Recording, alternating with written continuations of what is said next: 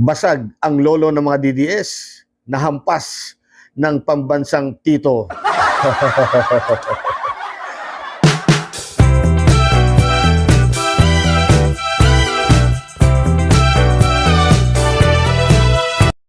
Muli po, magandang oras po sa ating lahat mga kababayan. O ito pong majority sa Senado po ay tarantang-taranta na naman. Tarantang-taranta na naman itong mga majority sa Senado. Paano? Talagang mauubos sila. Uubusin talaga sila. Pinupuntirya daw sila ng administrasyon sa pamamagitan po ng mga kaso. Takot ng mga ito, ini-intimidate daw ang mga ito. Sino naman ang sumisindak sa inyo? Si PBBM ba? Ang administrasyon ba? Kala ko ba yung mga matatapang itong mga ito Kala ko ba mga matatapang po kayo? Kung umasta po kayo dyan, pagdating po sa mga session dyan sa Senado, talagang akala mo napakagagaling talaga bakit ngayon? Parang natatakot na kayo, nai-intimidate na kayo. Kung talagang kayo po ay mga matatapang, huwag kayong magpasindak, di ba? Sige lang, ipagpatuloy nyo lang ang inyong mga ginagawa. Yung inyong mga ginagawa na puro sablay at palpak. Kagaya na naman po, ito pong pag-create po ng Blue Ribbon Subcommittee. Kung saan ito ay para mag-imbestiga daw po sa flood control mess. Itong mga nangyaring katiwalian dyan sa flood control. Napakaraming pera talaga ang nalagas dyan. Kaya pala galit na si PBBM no? Naramdaman niya kagad yan. Kaya sinabihan niya mga ito, tumigil na kayo sa pangungurakot. Mahiya naman kayo. At yan nga po, yung subcommittee po ng Blue Ribbon ay pangungunahan yata ni Senator Marcoleta, na alam naman po natin na kahit noong pa si Marcoleta po ang chair ng Blue Ribbon Committee, kung saan siya po ay napalitan ni Lacson, alam natin na ang talagang drive or ikangay patutunguhan ng kanyang investigasyon ay para isangkot si Romualdez at saka si PBBM. At yun nga, para maipagpatuloy ang kanilang plano, ito nga, nag-announce po si Cayetano, ang majority, na nag-create sila ng tinatawag na subcommittee. Pero ang tanong po dyan, paano na-create yan? At yan po ba ay legal? O isa na naman pong hakbang ng majority na sablay o kaya palpak? Well, para malaman po natin, dahil hindi naman po tayo abogado, alamin po natin sa isang magaling na abogado. Shout out po, Attorney Rene Bueno po. I-educate mo nga kami. Sir, i-educate mo nga kami. Kaming mga hindi po abogado, kaming mga hindi po nakapag-aral. Kung may legal bang basihan, ito pong ginawa ni Cayetano na paglikha nitong Blue Ribbon Committee, subcommittee kung tawagin. Pakinggan po natin si Attorney Rene Bueno. Ito naman tungkol sa subcommittee na nagbiglang kinreate ni Alan Peter Cayetano, subcommittee na ginawa na walang basbas ng plenaryo. Medyo tumaas ang kilay ni Tito Sen dito. Hindi pwede yan, hindi yan legal. Yan ang banggit ni Tito Soto.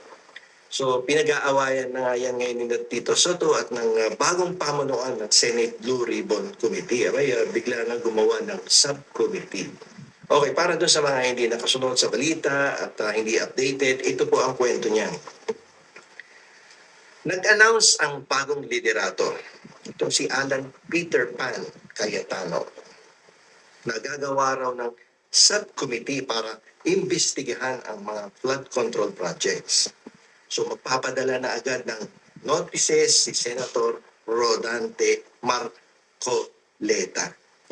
So excited, magpapadala agad ng mga notice si Marcoleta bilang chairman ng subcommittee ng Blue Ribbon Committee. So siyempre yung mga veterano dyan na talaga namang expert na sa parliamentary rules and procedures, kumontra. Ang kumontra, si Tito Sen, sabi niya. Paano mag-create ng subcom na hindi sa plenaryo ginawa? Hindi legal. Sabi ni Tito Sen, it is not legal. So, tanungin natin, bakit tama si Tito Soto sa legal side? Ito naman si Tito Soto, palagi naman ah, pumupunta sa legal side palagi. Veterano na yan, no? 3 dekada na rin yatang naging senador yan. Ilang beses naging Senate President. Alam niyo po sa batas, may tinatawag tayong delegated power. No? Yung delegata potestas non potest delegari. O sa madaling salita, ang kapangyarihang ipinahiram lang sa iyo. Hindi mo pwedeng ipahiram pa sa iba nang walang permiso ng may-ari. What has been delegated to you cannot be delegated again. Yan. Favorite question in every examination sa law school yan. Okay. Ang may kapangyarihan talaga mag-imbestiga ay ang buong Senado. Yung ibig sabihin, yung plenaryo, buong Senado. Ipinahiram lang ito sa Blue Ribbon Committee.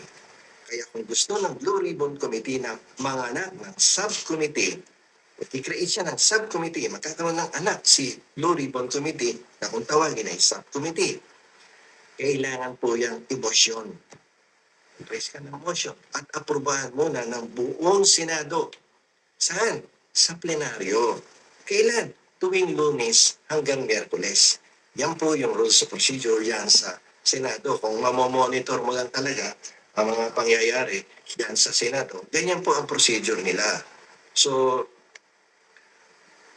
ang Blue Ribbon Committee na gumawa ng subcommittee nang walang paalam sa plenaryo ay parang yung anak mong humiram ng kotse mo, tapos biglang ipinahiram din sa tropa niya nang walang paalam sa'yo. So, pwede ba yun? Kung kayo ang magulang, no? Hiniram ng anak mo yung kotse mo, tapos wala kang kaalam-alam, biglang ipinahiram doon sa tropa niya nang walang paalam sa'yo. Aba, hindi po pwede yun. Mapapalo mo yung anak mo dyan. No? Ang tawag doon, matapang na anak, pero illegal driver ang tropa. Di ba? Kasi madaming responsibilities yan sa law on land transportation.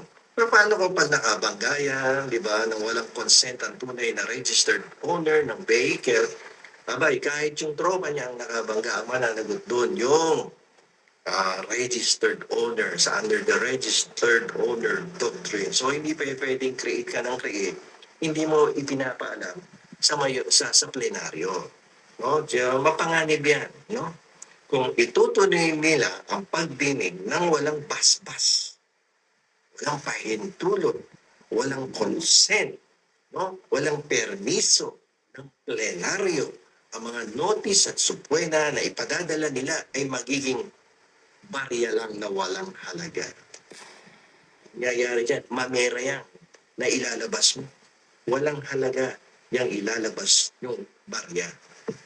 Ito talaga siya, no? Si Senadora. Ewan ko ba sa'yo? Ngayon, discuss natin based on the jurisprudence. Ayon po sa kasong Neri versus Senate Blue Ribbon Committee, 2008 decision po ito ng Korte Suprema. Kapag ang committee ay sumablay sa sarili nitong rules, pwede silang takbuhan at baliktarin sa Korte Suprema. So ayan mga babayan, isa na naman pong sablay ang ginawa nitong si Cayetano. Sayang ano. Excited pa naman itong si Marcoleta pala. Oo. Agad-agad mag-issue na po ng mga subtena yan eh.